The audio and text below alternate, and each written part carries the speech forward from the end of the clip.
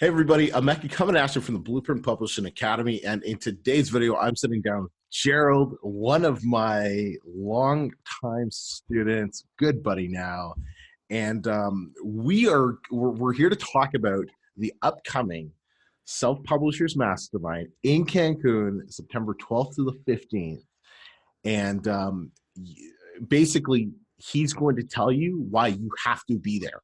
You have to move heaven and earth to get to this event, because as you're going to find out from Gerald's story, going to the event, he had to crawl. What's the saying?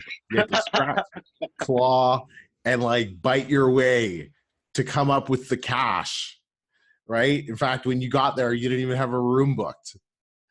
Actually, that's the main story I want to tell. Like, I want to tell. Like, all right. Well, don't give it away. I'll let you tell the full story. But he went to the event only making a couple $1,000s, and a couple $1,000s a month. And then after the event, instantly, 2 months is my snap, $15,000 a month, and hasn't looked back since. So, Gerald, sorry if I kind of spoiled some of the things you wanted to talk about, but man, welcome back to the channel. It's so good to connect with you. It's so Thank you, good. man. Well, I saw you 2 weeks ago in my 2 weeks ago, yeah. Right, but it's just so good to talk. We don't talk enough. We don't, and we should. And first of all, I want to thank you, Emeka, for everything you're doing with the community. To be honest, as I mentioned before, if you haven't seen it already, guys, I have a previous video where Emeka interviewed me for the very first time. It was about maybe almost a year ago now. I started off with him. I got into the Blueprint, wanted to make my first $1,000 online with it. And it was pretty tough because I was making basically minimum wage. I was working at this restaurant job. Well, I wasn't making minimum, but just not that much. Right. And all the money that I made, I just put into my business. I started growing. I hit 1,000, hit 2,000. And then Cancun came up. And then Emeka was like, Gerald, I want to call you. And I said, okay, let's do a call. And then the call was basically to get me to go. And I told him, yeah, Emeka, I promise you, I'll give you my word. I'm going to go. And I recorded it. It's on the chat. It's on video. Yeah. It's awesome. But the funniest part, though, just 1 or 2 weeks before going, I realized, I don't even have money for this. I asked for loan. I asked for people to lend me money. No one wanted to lend me any money. And I was like, you know what? I'm just gonna take all the money from the month, put it into a trip, and I'm gonna come back home. I'm not gonna have any money for the rest of the month, but I don't care. At least I will have learned, right? So that was my mindset. And I remember I got there a day early, and I was like, hey, I have to actually go inside the resort, but I didn't even have the money for an extra additional day because I got in a day early. So I was like, fuck, what do I do, man? And I called Emeka. Yo, Emeka, is there any way I can get a discount for an additional day? And Emeka was like, yeah, sure, but you were busy. You were somewhere else. You weren't in the resort. Bro, I was running the event. I was getting, yeah, I was busy. That's what I was. Yeah. He was busy with the important stuff. I was just kind of there, and I'm like, okay, what do I do? All right, let's reach out to the twins. I remember that phone call, man, when you're like, yo, I came in a day early and I didn't tell you. I'm like, bro, you can't do that. I remember, but okay, yeah, go ahead. You reached out to the twins, Christian and Rasmus. I called the twins and I called Rasmus and I said, Rasmus, hey man, I want to meet you. Come down. I'm at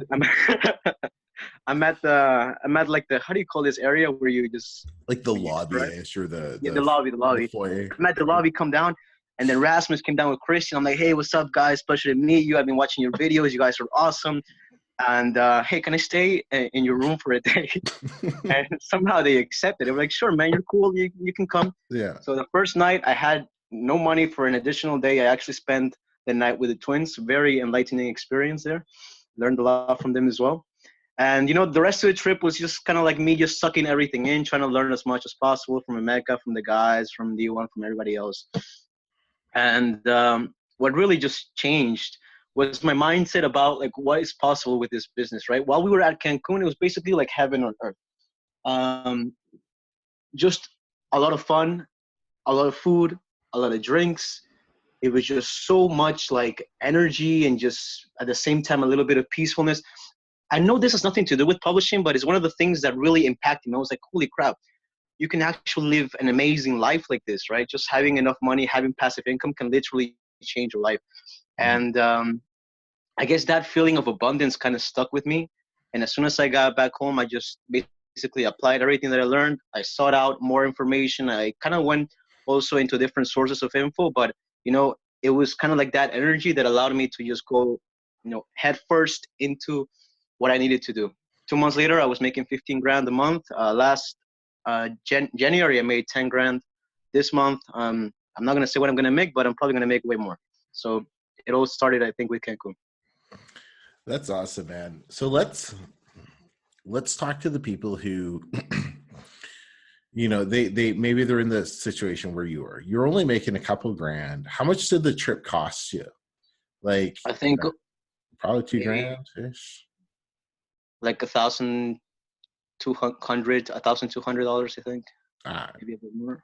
Include your ticket? Not even. But the thing is, all I remember that by the time I was done with the trip, I had like $300 in my bank for the month to spend on. So like my budget for the month was like $300 or $400. Yeah. And I had to survive from that. That's what I remember. So it was more than 1,000. I don't remember how much, but I just barely made it, basically. You just barely made it. So talk to the people who like, they're in that situation. They're like barely making it. They're looking at this. They're like, okay, man, if I go, like, I'm going to have like no money left over. Talk to those people, because I've been in those situations before. Like, so many freaking times I've been in those situations where it's like, you want to go to something, you'll do, well, you don't know, but you hope you'll do better. But it's like, you go, it's like, I'm all in type of thing. And you were kind of all in, like you put everything into, like, you basically said, okay, Emeka, I'm investing everything I have into this event. You better pull this off and change my life. Essentially, right? And but look what happened. So he like talked to those people, like walk them through some of your fears and maybe relate to them a little bit, if that makes sense. All right, guys. Basically, there's a ton of fear involved. Even right now, as I'm doing this conversation, there's still a lot of fear because, when you're an entrepreneur, you're in constant fear all the time. I don't know about you, Emeka. No, man, it doesn't go away. Like you learn how to manage it or handle it, but there's still, like, to this day, like I still have, like, there's this massive uncertainty, right? Yeah. So this was just part of the uncertainty that comes with being an entrepreneur. I mean, I knew that I was making money from the business. I invested money. The business gave me money back. That is not my money. That is not my money. That's the business's money.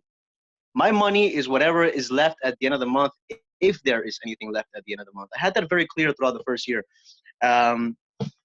That's why me and Emeka were talking. Emeka was like, why do you party so much, Gerald? It's not that I party. It's the only few times that I actually go out and party, I spend a good amount of money because I know that the rest of the time I'm just going to be like focused working. So that money was not my money. Right. When the opportunity to come to Cancun came up, I said, okay, this money is not my money. It's the money of the business. If I want to grow the business, I have to reinvest it. And I have to reinvest it again and again and again and again. I'm going to have a little money left over for the rest of the month, but that doesn't matter. It's not my money anyways. It's the money of the business. So just keep that in mind. There's no better way to say it. There's going to be a lot of fear. You're going to have to just jump in without knowing if you're going to be able to swim your way out or not. You just got to do it. In the end, though, like, nothing's going to happen to you. You're not going to die. I mean, what's the worst that can happen, right? So what's the worst that can happen? In my head, I knew it was like, okay, the worst that can happen is that I only have $300 left for the entire month. I have no idea how I'm going to pay my rent, but I'll get by. There's always a way. And I found a way and just kept going with it. Why did you trust me to pull this off, man? Because this was my first event. And like, so I've talked about this with a couple of guys, and they're like, there were probably a lot of people who wanted to see if you could actually just pull it off. For one, they wanted to go, but they're like, you know what? Let's them be the guinea pigs and see if Emeka can actually pull off this event and make a big success, change people's lives. And because lives were literally changing, like yours was changed. So Reg, even though he didn't actually get to the resort, he got to the airport. His life has never been the same because of everything he had to do to get himself on the plane for the first time, passport the first time, all the way to customs to Mexico, and then denied, and then sent home. But like, now he's making hand over fist more money now than he was before the event. Right.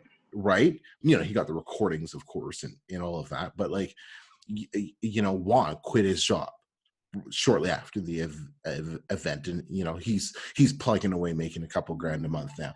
Like, lives were changed. But what made you put the confidence in myself, in the blueprint, that this event was really going to be that impactful?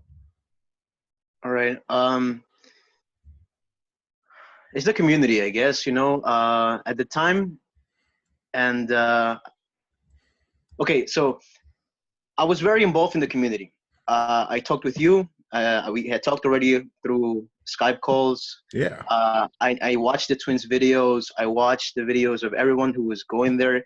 Even D1, like, even though D1 wasn't in the publishing space for a long time, I remember watching his video where he was on his car saying that he was making 15 grand a month. Right.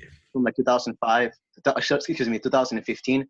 So like, I knew the people there knew what the hell they were doing. And I'm like, okay, he has a community. There's people that know what they're doing. I'm going to be kind of lost if I go, but I want to go anyways. You know, I mean, there is knowledge that had to be acquired, that there was things to be learned. It was just, I don't know how to describe it, man, but it was just there. The event, in reality, guys, for those you thinking of when, I'm going to be honest, like the actual events of any like business event, they don't have to be good for you to learn. And I'm not saying the event wasn't good, Emeka, because it was good. But I'm saying that what matters when you go to events like this is not the event. It's the people that go. It's the friends that you make. It's the masterminds you create. It's like the friendships that you make as well. It's not just you anymore. It's you and some other people that are going after the same goal. And, you know, there's a saying, right? If you want to go a short distance really fast, you go on your own. If you want to go a really long distance, you make sure you go with people. Yeah. And that's basically what the mastermind is all about. Let's talk about that exact point right now. It's not whatever is on the sales page. It'll be up by this point. But whatever's on the sales page is not what people actually get from the event. They get so much more, but that's the non-sexy stuff that doesn't sell tickets. So you don't put that on the sales page, if that makes sense, right? Because that's what you're talking about. It's not the actual event. It's not the learning part, right? It's the conversations that you have with people at 1 a.m, 2 p.m, at the pool bar, at the dinner, at the reception dinner. What you know, it's the conversations that we had when we were on the boat going to whale sharks that you missed because you slept in because you partied too hard the night before, right? It's those are the conversations that change your life and change your business. It's not so much the actual speakers, if that makes sense. Yeah, that definitely makes sense, man. Yo, if that conversation on the pool bar was recorded, that right there would be worth so much money. But you can't record that because it's like, well, they're impromptu conversations, right? Like, that's the stuff that's not planned. That's just the stuff that when you get like-minded people from all different levels together, magic happens. And that's what's going to happen again. Like, think, Gerald, we had 15, 16 people, publishers at this last. We're going to have 150 people at this next event coming up on the 12th to the 15th of September. 150 people. That's pretty amazing, man. That is We're going to take over the resort. But, right? You know how big that pool is. The pool's big, but all of a sudden you put 150 of us in, that pool's not that big anymore. They're going to need a bigger pool. You know, but the conversations and holy wow, what are they going to do for our dinner now? I just thought they're not going to be able to host us at the location they hosted us the first night. But it's not my problem. That's you can take problem. An entire restaurant, maybe, right? Yeah. Well, I'm sure they'll figure it out. But the conversations that people are going to have between each other, that's going to impact their business and their lives, and it's just going to be absolutely incredible because you take that many like-minded people. Things just happen. It's that's why I love going to events. Like we were just at 10X, man, and the speakers were great. But I'm telling you, Ollie completely changed my business. again, because the conversations I was having with him, by just hanging out, like that is what I knew going into it. I was like, yeah, I'm going to see Cardone and Maxwell and, Ty Lopez, but I'm going to hang out with freaking Ollie because he's going to change my business. Yeah. Because I knew those were going to be the most powerful, moments, right? It's not so much the actual speakers. And I hope this is making sense. And those of you watching, if you've been to events before, this. Right. This is why this is why you go to events. It's to get around like-minded people. It's not necessarily to check out the, who's actually speaking, so to speak. And one of the things I got to mention is that some people at the event, not just this one, in general, in all events, they just go and they're maybe too introverted or too scared, or perhaps, they kind of have like their own insecurities, but they just go to the conference and they go back to the room. And I saw that for a few people. Not only in this event, but in every event, there's always somebody like that. Yeah. And I don't recommend that at all because you miss out on so much. I personally was probably the most newbie there, or at least one of them. Yeah. But I try to get in, man. I try to do anything to be part because I knew that I could not miss out. So it's kind of like also you gotta step up your networking abilities. You gotta step up like your, I guess your social abilities a little bit because that's where the knowledge is. Totally, man. Totally. Mm-hmm. What are you looking forward to most about this year? I'm just looking forward to seeing a lot more people, just adding also value to them, if they're around me, I can also like help them the same way maybe I would have wanted someone to help me when I first came to the event a year ago. Kind of just give back a little and also keep learning. I also want like some more high level strategies. I'm working on some of my own. Mm-hmm. And I want to see what else other people are doing and just share ideas. And, I want to be a millionaire, man. It's going to happen sooner or later. You've grown so much from last year's event. I can already tell from just having a chance to sit down and talk with you. You've just matured and you're thinking a lot differently. Thanks, man. I'm really, really excited. This is so perfect, man. It's like you came to the event last year, brand new, not brand new, but like, a newbie. And now this year, you're going to be able to give back. We'll get you on stage speaking about something. Now you can give back to the community in ways we never thought possible. This is so cool. Thanks, man. Thank you so much, man. Thanks for the opportunity. Awesome. All right, guys. Hey, link in the description. Tickets are available right now. Only 150 tickets are available though. So make sure you grab them now. And this event 100% is going to change your life. It's just absolutely incredible. This is the biggest and the best self-publishing event on planet Earth. And what we have in store for you is it's memories that are going to last you a lifetime. So cannot wait, man. Any final words you want to say, Gerald? Guys, just do it. Like if you need to sell your TV, I don't know, whatever, just sell it and go. It doesn't matter. You have nothing when you come back. It'll all be worth it at the end. You only win if you risk. Yeah. That's all I have to say. Love it, man. Awesome. Till next time, everybody. I'm Emeka. That's Gerald. We'll see you in Cancun.